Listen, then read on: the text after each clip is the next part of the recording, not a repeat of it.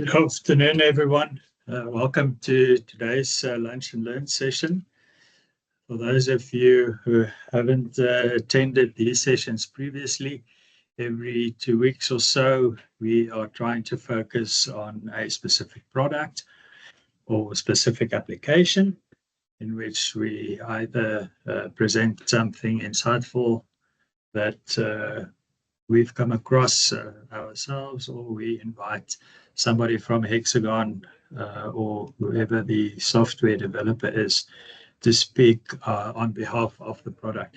So today we're talking about the new Nastran solution sequences in Apex, and Stefan Tynelius kindly said that he's willing to assist us in sharing some of his insight with you as well.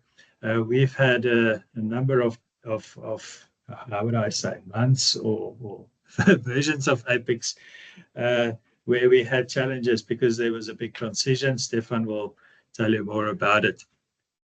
Some of you reached out to us through support as well, so we know that this is quite a hot topic in that the new Apex allows much more powerful analysis through Nastran, but yet at the same token, it has made it extremely difficult to set up something basic. So we're trying to address that as best as we can. And Stefan will guide us through that. So just before we start, just a note of warning for those of you who haven't met Stefan. He frequents South Africa. He will actually come again later this year. So I just want to make you aware, if you come across him, he might become your cat's bestie. That could be a problem for you. He might also buy all the giraffes he can lay his hands on in South Africa. So please keep him away from the wildlife. And then lastly, he speaks Python fluently. So you will most definitely hear from him on that. So Stefan, without further delay, I'm handing over to you. Thanks, Paul. I think that introduction was spot on. Keep your kitties and giraffes safe. Okay, so just something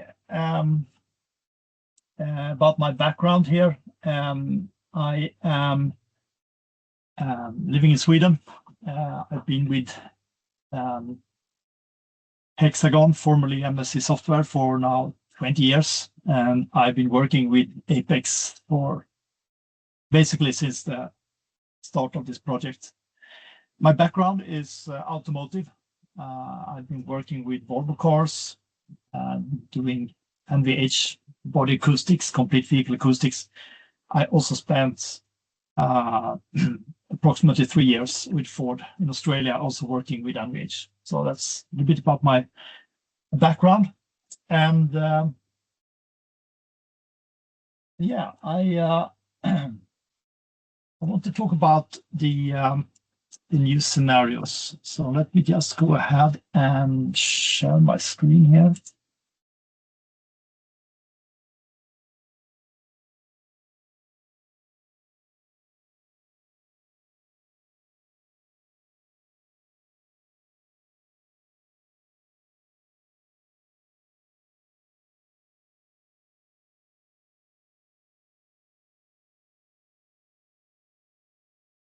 Okay. So I hope you can all see my screen here. Okay, so a little bit of background. So in 2024.1, the concept of new scenarios was introduced, and it was also decided to make it the default option. The way we used to set up our jobs was renamed to legacy scenarios, and they are still available, so we can use both. And there's an option, there's a setting under options, application settings, where you can go and change between legacy and new scenarios. And the new scenarios, they were introduced as part of a major effort, a multi-release effort to improve the support of MSC Nastran. So the legacy scenarios, they're still available. At some point, I expect we will transition to the new scenarios. But they've served us really well. And in fact, a lot of people are still using them in spite of the fact we have the new scenarios available. And what people like about them is that the menus for setting up jobs are easy and intuitive to navigate, also for someone who is not a Nastran expert. The other really nice thing about the legacy scenarios was that they did a lot of work for the user in the background.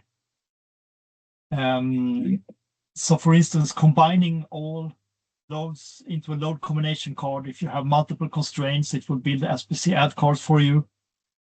If you were doing contact analysis, it would create an initial stress-free contact table with ID 0. And similarly, it will create the a contact table for the main sub cases and with all the interactions in your model. If we were dealing with bot preloading, it took care of the constraints for our control nodes on the bots and managed it in a very elegant way in the job setup.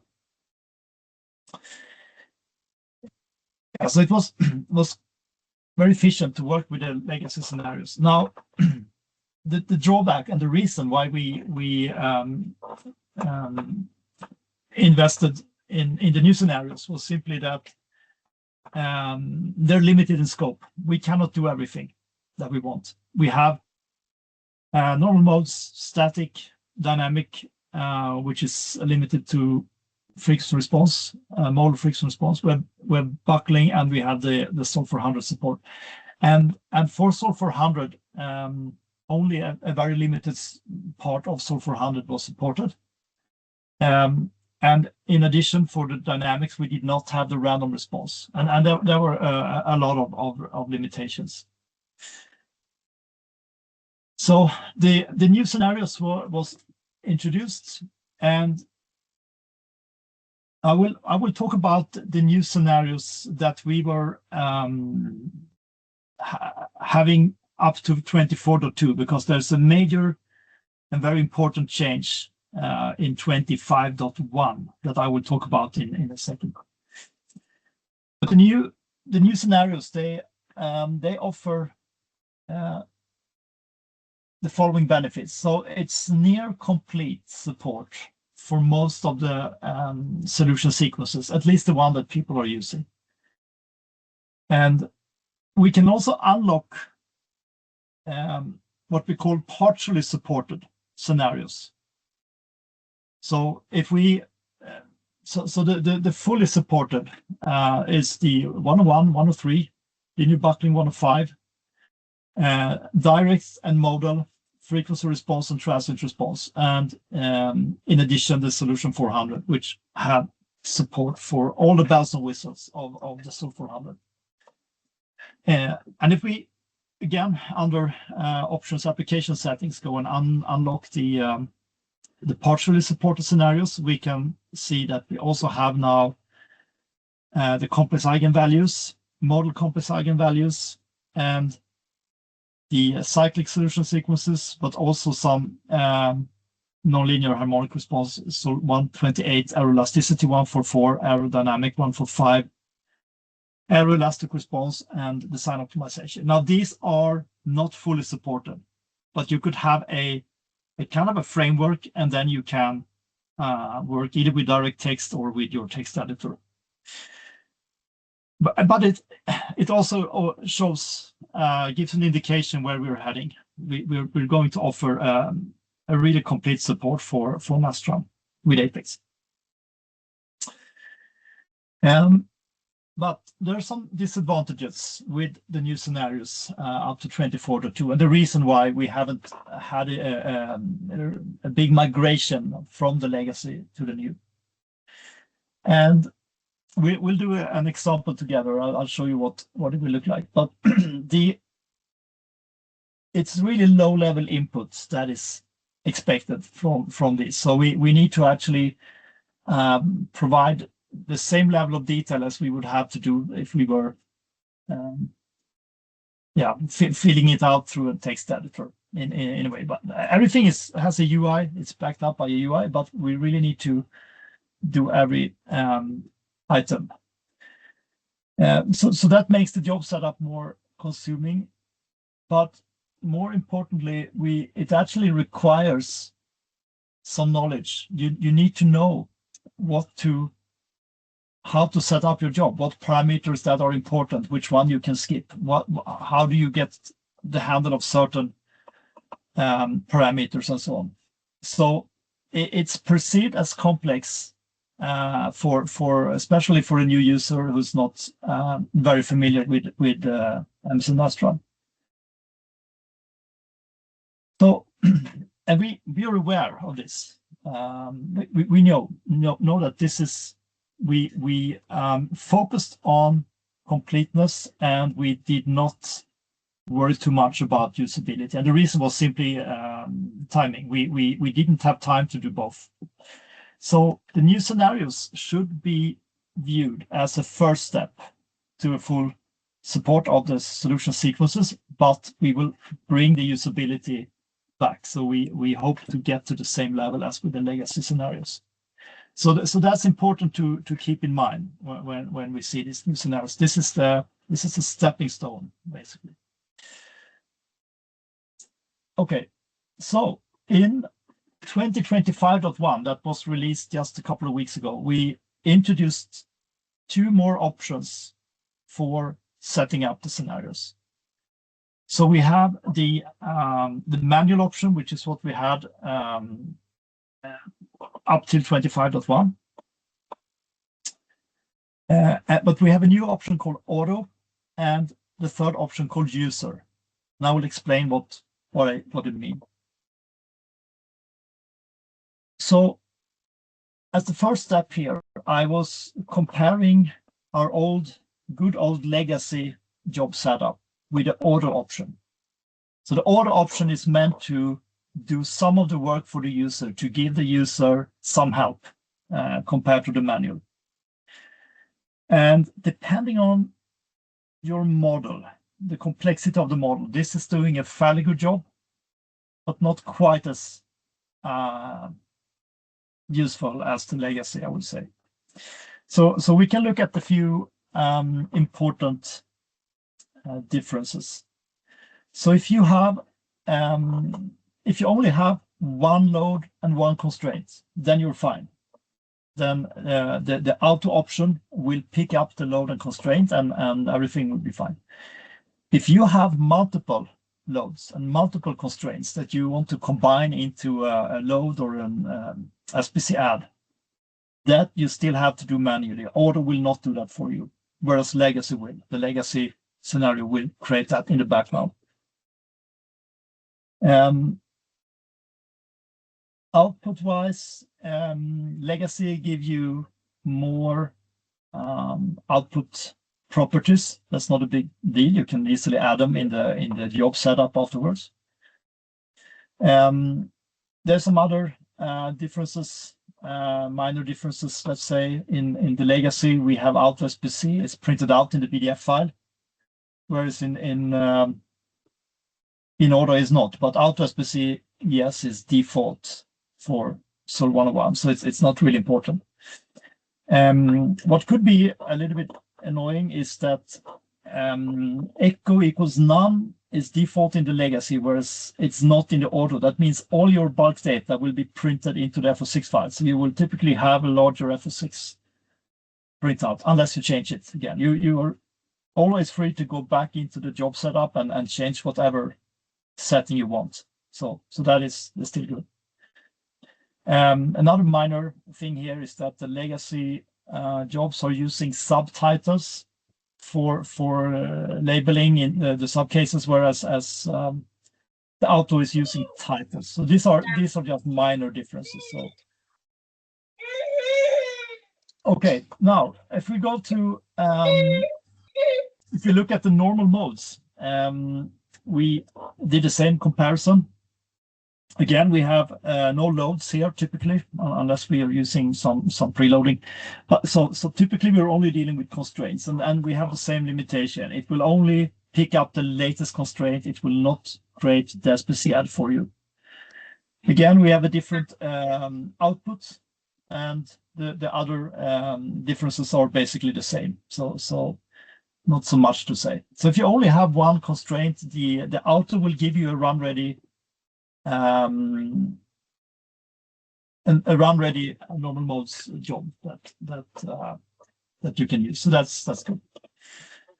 Now, for the nonlinear, we have the same limitations with loads and constraints, but also for the contact. So as I mentioned, the legacy will create the contact tables for you, whereas the new auto option will only pick up the latest interaction and reference that. So other than that, there's not much difference. Neither the legacy nor the new auto will give you a run ready job. Typically, you need to go and specify your stepping and convergence criteria. So typically setting up the NL step.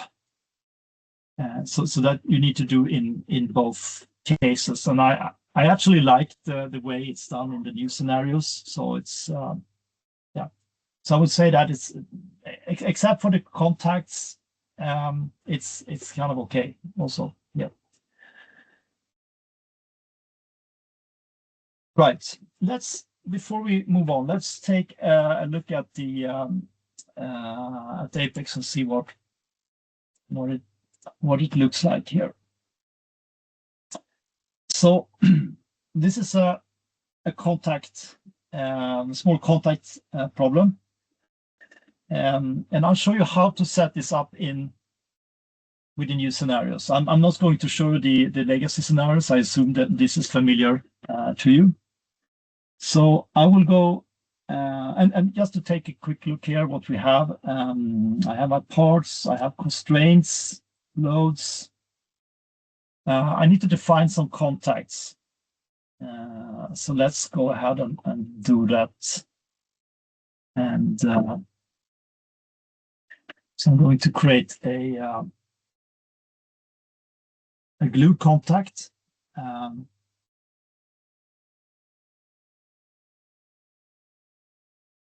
0.1, sorry, 0.5. I'm going to glue this guy here to this guy here. Okay, and I can see that it's now created here. Okay. The next contact would be a touch and contact. Tighten up the contact tolerance a little bit. And also give it the friction. And I will select this one and this one. And now I can see I have two interactions here. Okay, so let's jump into the job setup here. I will create the scenario. And we can see already I have the new scenarios because this is the new look and feel of the create scenario menu. Sorry. So I'll create the solution 400. We go with one load case. So first of all, we can look at our loads and constraints. So I want to have an SPC, and here you can see I already created a constraint combination here. My SPC add, I already did that. But this is something you typically have to do for the new scenarios. You cannot simply select these two and but you can create a new constraint combination from within the UI here. So you don't have to leave this menu to do it, but yeah, it's already done. And for the load, we can create our default load set here, 101.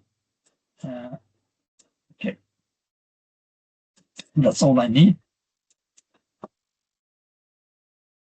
And for the contact, I I go into my contact and glue option. And here I can see, okay, I need to select contact pairs or tables. So I can see that I have already my contact pairs, but I need to create my contact table. We can do it from within this menu, actually. But I'm going to do it on the outside, just to show you where we find this in the menu. So creating a contact table, we do it in this menu here. And if we want to have an initial stress-free, we need to know that we have to create a contact table with ID 0. And I select my 2 contact pairs here. Okay, so now I have my first contact table. But I also need a second contact table. I just call it.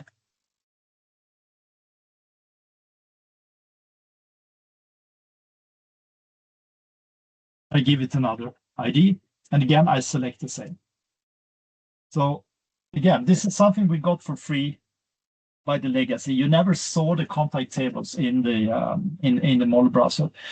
Now, having the option to select different contact tables and configure them is useful. So it's something that we could benefit for more advanced applications. So let me go back into my study, and I'll go to contact glue, and now for the top level, I will select my contact table 0 for initial stress-free. Okay. And for my load case, I will now select the other contact table that I created. So that one is here. Right. So now I have my load set up. I need to also set up. I have my loads and my constraints. I need also to set up the stepping. So that's something we'll do. Hang on.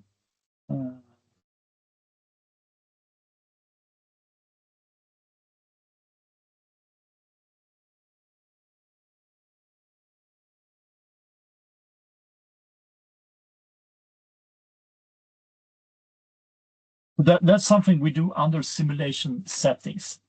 So this is so we need to know where to specify the different settings. And so that's something you will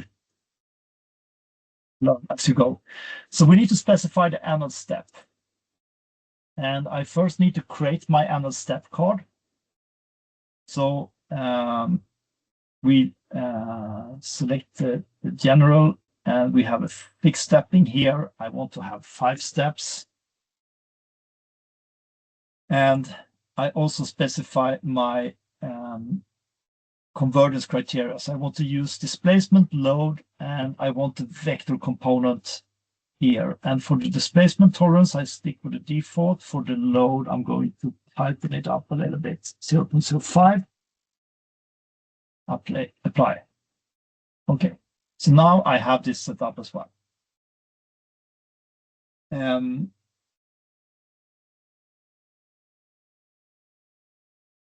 Okay, simulation settings.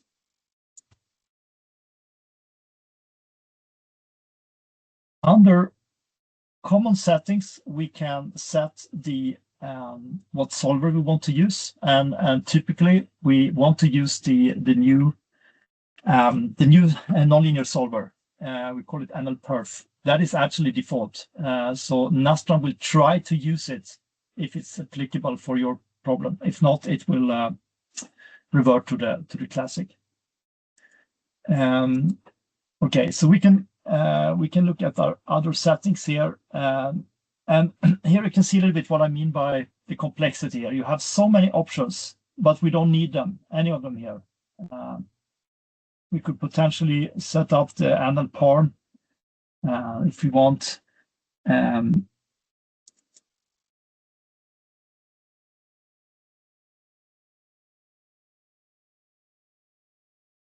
want to set up my BC para, so I want to use the segment-to-segment contact type, and I also want to specify the friction model here, bilinear column. So this is what I also need to do. So these are the steps I need to go through to set up a nonlinear analysis. So it's a little bit more involved than with the legacy. Okay, now the good news is the following. Yeah, let's go and share.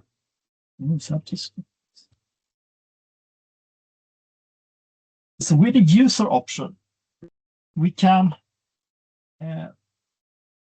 provide a Python script, and that Python script it needs to be set up for you, and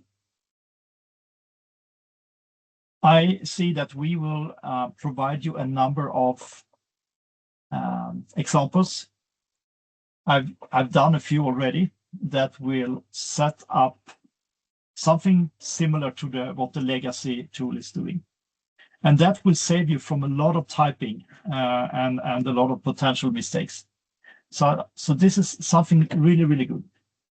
In the first step, it is a Python script that you need to browse for and select, but I can see in coming releases we'll probably do something more. We'll evolve this. But the idea here is that you can start from a kind of a template and use that to populate your jobs. So with this user scripts, you're actually going to save time, and it will eliminate all the limitations, the drawbacks we had from the new scenarios, and you're left with only the benefits. So let me demonstrate that to you here. So I will go back in here and close. And I will open a model.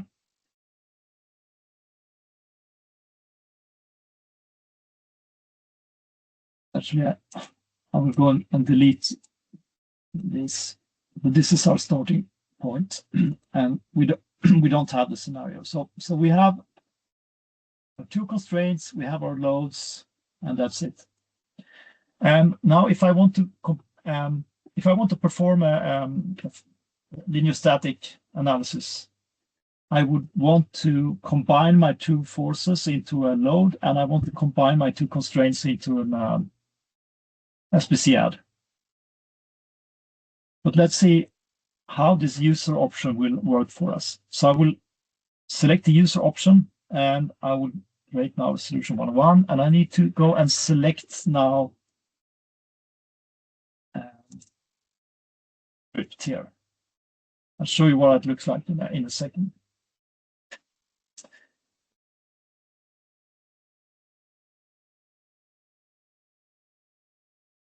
So the tool will create a scenario for me. It will also create the load combination. So let's take a look at that already here. So we can see that we have I have the SPCs, and I can see that now my two constraints are combined into a load combination. My static loads, my force, my pressure are also combined. So this is done in the background by the script, exactly as the legacy would do it for me. So here we have now a run ready file that we can run, and I've done that already. So we can just go and look at the results.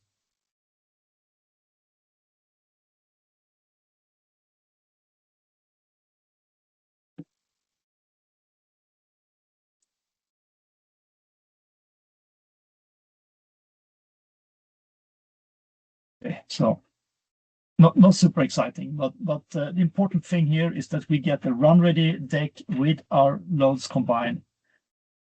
just out of the box. So let's look at the other example, and I will open my simple contact model. I will just go and clean it out a little bit, because I want to the contact tables and the contact bodies. No, not the contact bodies. I have the contacts there here. Okay. And I want to delete the scenario because we're going to create a new one.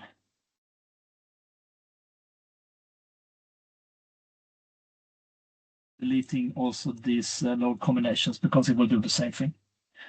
Okay, so now all I've done now compared to the previous example, I have already the contacts defined. I have no contact tables and I have no load combinations here. So now I go and say create scenario, and this time it's a solution 400 job.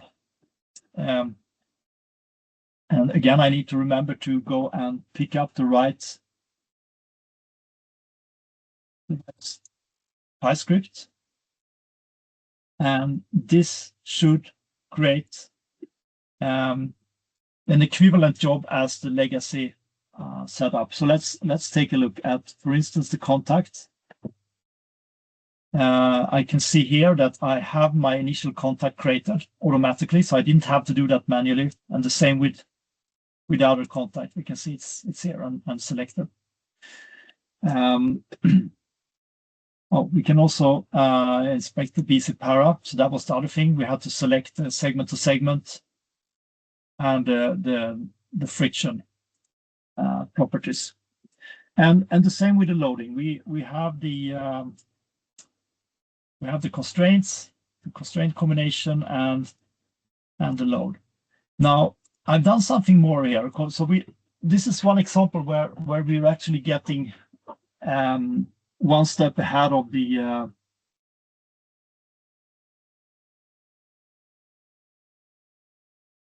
legacy. I already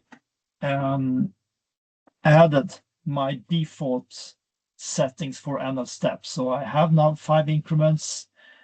I have displacement load and the vector option, and I have my error tolerances. So with this option, I actually don't have to touch the job setup at all. I have my model, I have my loads, my constraints, and my contacts. And the user script will set everything up exactly as the legacy, but here it will also add the contact parameters. So now we are ahead of the legacy. And as I said, you can, before you submit the job, you can go in here, you can inspect, you can modify certain settings in your model before you submit. So you have that, let's say, control step. Okay, so there is one more thing I want to show you here. And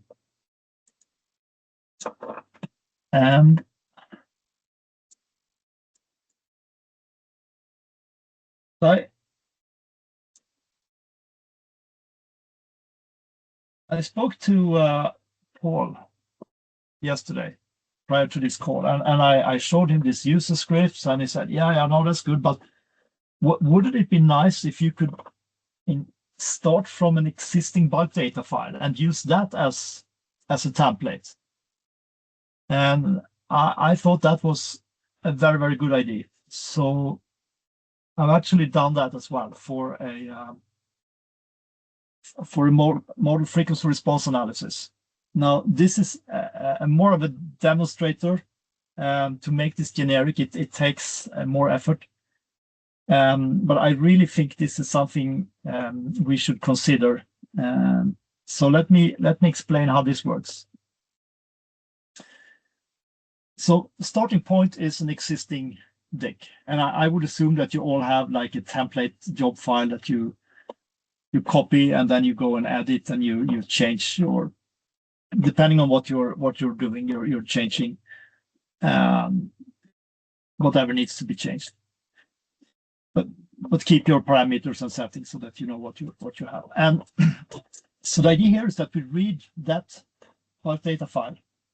So the Py script that we are calling up from the user here, it will know about this file. We need a smart way to select the bulk data file. Right now, it's kind of hard coded. But it will extract all the parameters that you want it to extract, and it will populate. It will extract the parameters you use here, and it will use it for your new model. So, in this case, I'm using the case we're looking at is it's what we call a point mobility simulation. So typically you put a point load somewhere at your structure, and then you extract the velocity, the structural response in the same point that you're loading. So this is the typical automotive criteria we're looking at. So you need to have a certain stiffness compared to bushes. So that's why we do that. Okay, so we have a starting point, a small example here, only 2 points, and then we extract the parameters and settings from that one, and we're going to apply that to a new model. And in this case, I have 4 loads, and let's see how this works. So I prepared a video for that, so I'm going to show you how that works. So first of all, I'm going to load my favorite materials, and then we're going to create just a small plate for our test here.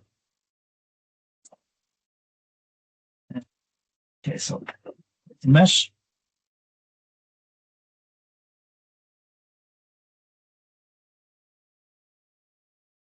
Okay, so we're applying a constraint. We're not going to use it, so I'm going to use this for a free job. I'm creating a property that I will assign to my plate here.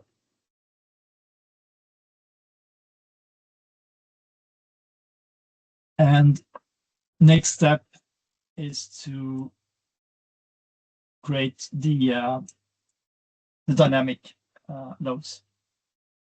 So I'm using the concept of load scale factors, or the area cards, because that's how it was done in my template file. We could of course do whatever we want. We just need to make sure that the Py script will deal with the different variants. And then I'm just selecting some nodes here randomly.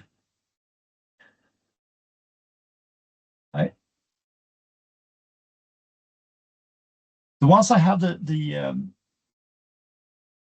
load scale factors, I need to create the dynamic loads. So in this case, I will create a frequency-dependent magnitude phase or load type load, and to the excitations are given by the area cards here. So I'm just going to select them one by one, and I can very quickly create my dynamic loads. So now I have 4 dynamic loads. Now, for this example, I'm going also to create the load combinations. I'm going to create 4 dynamic load combinations. I don't really need that because I only have 1 load per case. But to be consistent with the example, the template file, I'm creating 4 dynamic load combinations here. Okay, so that's all I need. Now I want to set up my point mobility simulation for this. So this is a solution 111. I'm going to use the user option, but this time the script will create, as I said before, it will extract the parameters from the BDF file that I have. So this is my master BDF file. You can see I have 2 load cases. Pay attention to the title here, because I'm using the loading node in the subtitle. So this is what you do in order to know for your plotting, so you know exactly what point you're looking at. And you can also see that I'm extracting velocity only for the excitation point. So if you're dealing with the full vehicle here, you can have potentially 20 of this or more, because you have to do it for 1 for each degree of freedom. So it's typically do it with the script, but here we can do it also with the script, I guess. And And now you can see it took the parameters and it created 4 load cases for us. We can go in and look at the load cases, so we can see that we have the deload is being referenced properly here. Okay, for all 4. So the tool is set up so that it doesn't worry if you have more subcases in your new case compared to your tile reference case. It's going to reuse the latest subcase in your template file. Yeah, and we can also look at the labels here. So you see again, I'm picking up the excitation point and I use it for my subtitle for the different load cases. So yeah, so this is, I think this is how you would really want to work. And again, this is a demonstrator to I'm happy to share it with any one of you. But to make it more, let's say, generic, we need to spend a little bit more time. I think I spent 4 hours or something to build this. So it's really a demonstrator, but it works for this particular example. So we can see here, we also picked up the damping, the frequency setting, the angle card for the normal mouse extraction, and once we export, we get in fact the run ready by data file. I'm just going to export this out, and we can take a look at what it looks like, the PDF file.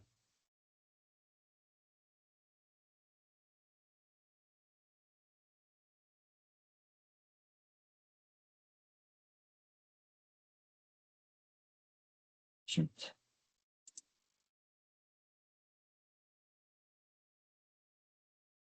Sorry. Yeah, so here's the PDF file. You can see we have now 4 load cases, and I have my output request, I have my titles, I have my damping frequency method cards, and yeah, and I can go ahead and run the job.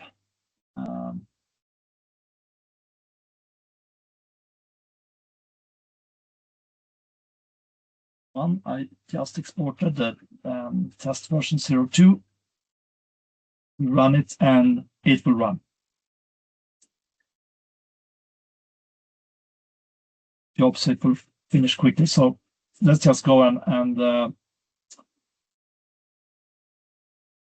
yeah, here you can see all the bulk data card are being printed out. I can of course suppress the echo in my user script, but you can see the eigenmodes are solved, and I can see my displacement vectors here, and so yeah, so okay, so that kind of concludes my presentation here. So we have time for questions if anyone has questions on what you've seen.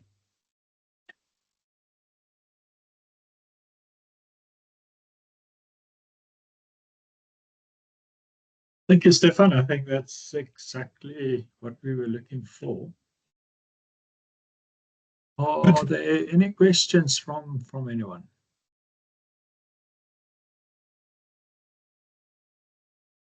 I just joined, Paul. Oh, sorry, go for it. Oh, no, never mind. Thank you. I just figured. No, you're welcome. Oh, okay. Hubert, I see you have a hand up. You can talk. Thank you. I just want to check. So the idea for going forward is to not have this user option, and to make it more like the legacy used to be, so that it's simpler for the user. So the auto would incorporate a lot of the user functionality. Is that the idea? Yeah. Yes. So the user is already. I would say it's for some models it will be equivalent to as we discussed here, right? So for some models it will be equivalent. But okay. For let's say for when you have more loads, you need to go and create your load sets or your constraints combinations. Yeah. And just another question. Oh, sorry, go for it. No. But I was saying, so if you would go one step further and you would use one of these Python scripts, either you get one from us, or you create one yourself, or you use one of our scripts as a starting point and edit it, then that's how I would work. not knowing exactly what type of analysis you're doing, but typically in my previous life at Volvo, you had a number of standard simulations that you were running all over. So you typically had a set of parameters and settings that you were using for that particular type. So I would have a user tool for each of these types that would set up all the parameters, and also smartly that I demonstrated we can be smart creating the labels and titles and output requests and all that. So we could really leverage the full power of the Apex Python APIs that we have. So it's so that's how I would do it. Okay, thank you. The other question I have is, what is currently for the 2025 release, the difference between the integrated solver and the external Nastran solver? Are you solving these when you made those new scenarios on the external Nastran? Yeah, I solved them in external Nastran, but you could also solve them with the internal solver. So internal solver is Nastran, by the way, nowadays. So nowadays, it is Nastran. One limitation is that to run a solution 400, you need to go with an external Nastran. But you can set up Apex so that it will launch an external Nastran job for you. So yeah, you can run an external Nastran as if you were running an internal solver. So yeah, it's quite nicely done. Yeah, but they're basically the same in terms of they both run on Nastran, the same Nastran. Yes. Just you can't do solver. Yeah, the same Nastran. You will have exactly the same results. Whereas in the earlier version of Apex, there were some subtle differences between the integrated solver and the Nastran. But now we're using the same. Okay, thank you. Yeah. Thank you very much. Stefan, I have the question now. I was discussing with a colleague, so it turned out it's not there. In the chat window, I typed the param card, MDL, PRM. Can you see the chat of this webinar? Okay, let me see. It's just like lots of words, that's why. That one. Oh yeah, okay, yes. Mm-hmm. In the new scenario version that you guys set up for the 2025.1 version, are we able to integrate this into the Sol 400? Because previously we couldn't, and a click showed me a way, but you go to the part and right click and add the param to a part in the product tree, in the model subtree. Yeah. So this is like a buggy situation because you don't always want to apply contact through solid elements. Sometimes we will want to just wrap them with shell elements, and it's gonna have better like Gauss integration points and everything. So that's kind of preferable that way. We should be able to set this up. If not, I will follow up with you offline there, Ashraf. So, but yeah, we should be able to do that. If not, it's a bug, but we really should be able to do that. Okay, this is just like some necessity. That's why I don't have a like model that I'm using this right now, but I realized this when I was doing one of the tutorials with Apex like a couple months ago, and it's just still there. We don't have an option to put this without having to edit the BDF or BDF text ourselves, or just like adding from the model subtree, going to the part, right clicking and adding the param. A colleague just showed me how it's done just now. So, but I think it would be better if we could just like integrate this just like another param cards. It's just not there in the param list of the parameter section on the right side menu too. But again, if this is something you want in your models or a certain type of models, we could very easily incorporate it in a user setup. So this is one of the things where you can have this more let's say exotic settings. You can just go and have them automatically set for you. So I'll follow up with you offline how to do it interactively in the UI. And if not, if that is not possible, I'll file a bug report on that. Okay, it's kind of Right. important than industry standard, especially in gas turbines. They will use the dummy shells wrapped around the solids for those contacts and stuff, because that's how you can achieve the accuracy. You don't want to use the depth of the element. Contact just happens at the very outer fiber of the solid material. So this is kind of like more accurate on the sulfur and with the contacts, and it will also help with convergence and lots of things too. Okay. Yeah, I'll follow up with you, Ashraf. Yep. Yeah. Yep. Thanks. Thank you.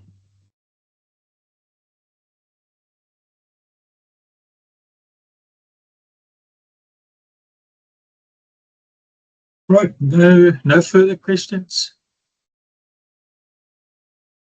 Thank you very much, Stefan, for this. I really appreciate your time. I'm pretty sure they will develop more questions. We will certainly take a lot from this. I was just wondering, Gerrit, if you don't have a question or a comment. Oh no. Gerrit always have the tricky questions.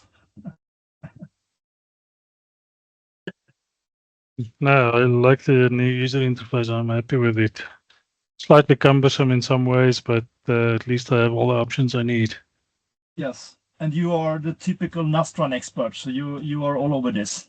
I won't quite go that far, but yes. Okay, great. No, thank you very much, Stefan. Thanks, everyone. Thank you. Thank you for attending. And if you have any further questions, please contact us and we can assist you. And if you need help or access to this demo script files, reach out to Paul and I'll provide them. I think there was one more question. Looked like someone raised the hand, or maybe not. All right. Thank you so much. Have a great weekend. And all right. Yeah. Thank you. You too. Bye-bye. Thank you, Stefan. Bye-bye. Bye. Bye-bye, everyone. Thanks so much. Bye-bye.